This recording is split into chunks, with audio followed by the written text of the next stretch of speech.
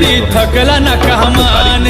किती ऐतिहासिक वेळ सथरमची बुद्ध धमाचं मिळालं वरदान हरपून भान जीवाचं करून रान लिहिलं संविधान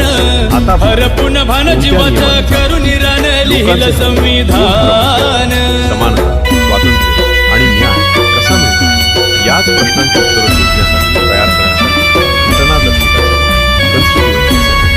देशभरातील 389 सदस्य निवडले विविध पातळी पण एकच